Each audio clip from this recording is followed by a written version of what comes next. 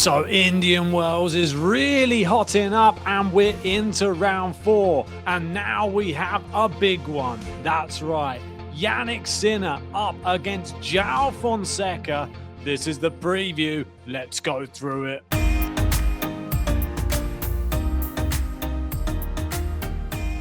That's right. And if you haven't done so yet, give us a like and subscribe. And here we go. It is, well, Jannik Sinner going through yet again in impressive fashion against none other than the Canadian Denis Shapovalov.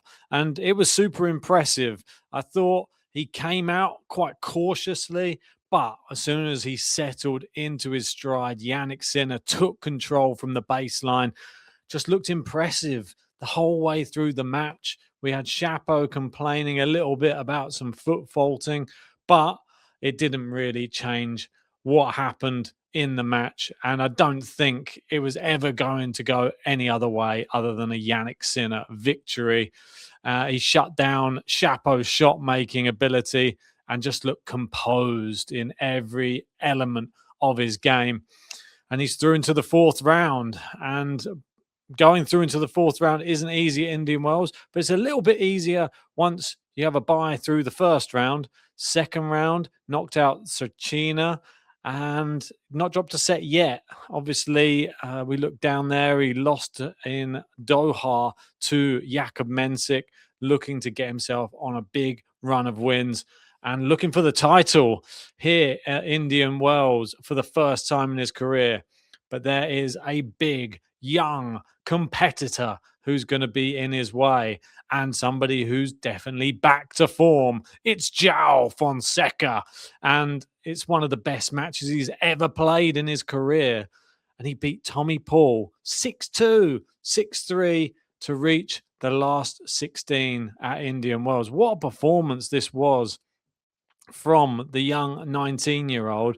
This is what we've been sort of building him up. There's been a lot of hype. He's had some injuries. He's been going out early in a few tournaments, losing to some lesser opposition. But when it clicks, it just definitely clicks. And it's the pure aggression on a court that is what the fans come out to watch. He's very, very decisive. And the way he puts the ball away, some delicate touches in there too. He had the odd drop shot there. And that's the beauty. If you hit so powerfully, regularly in a rally, your opponent is normally further back behind the baseline, and it does open up the opportunity for a few little droppies. And he did that, finished the match in under an hour and a half. An hour and 22 minutes was the final amount of time it took. And it was a statement performance. And the Brazilian reaches his first Masters 1000 round of 16 and sets up a match with Jannik Sinner. It's not been all plain sailing for him through the tournament, though. Collignon was a good win in the 1st round, took out the Belgian. And then it came Khachanov, been in some good form of late. But this just goes to show how good Fonseca's playing, that he was able to get that done in 3, was able to go the distance, was able to push himself, push his body. And I think that put him in good stead to take on Tommy Paul. He got his confidence up, beat somebody who's a very, very well-established player on the tour in Khachanov, and then took on an even bigger test in Tommy Paul in America and did it in absolute style. Now the test only gets harder. It's Jannik Sinner. It's the number 2 player in the world.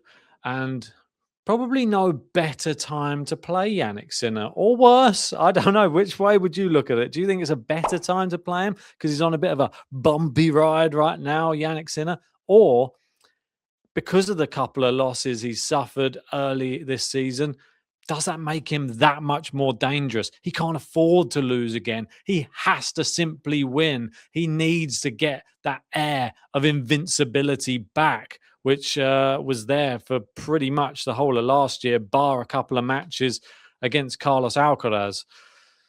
Let's get a prediction in then for this one, because it's going to be really, really competitive. It's the first time they've ever played as well, which makes it even more exciting. Which way will it go? We know that Fonseca's playing well, but Jannik Sinner is playing as well, maybe if not better, I would say. He looked composed. He's been in the big matches before.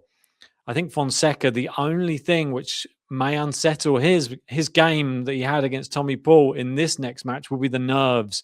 It's not the same type of matchup. It is against somebody who, if you do beat them, it's sort of a bit more off to the races. Everyone's going to be putting his name in the picture and saying, oh, beating Jannik Sinner. Can he beat Alcaraz next? That type of thing. But if he doesn't, then it's just pretty much business as usual. Jannik Sinner got the win like he was supposed to. I do think Jannik Sinner's going to get the win. I don't think it's going to be as easy, though, as some people may think. I think that Joao Fonseca will give a really good showing. And I think the first set may even go to a tie break. But I think Jannik Sinner will take it in a tie break and then probably a 6-3 or 6-4 second. But that's just my prediction. Tell me yours in that comment section below. Do you think Sinner's going to do it? Or do you think Joao Fonseca, is he going to be leapfrogging Jannik Sinner? Is he going to be jumping on the Alexandra Yala bandwagon? All these fan favorites, can they all keep getting wins at Indian Wells this year? It's going to be exciting to see. Make sure to join us later on as well. We'll be doing a podcast to wrap up all of last night's action. Yala winning, Mboko winning. We've had Jannik Sinner through, Fonseca through, Lerner Tien through. So much to discuss. So make sure, stick around, hit the bell notification on the channel, and you'll be notified when that podcast is released. So, we'll see you later.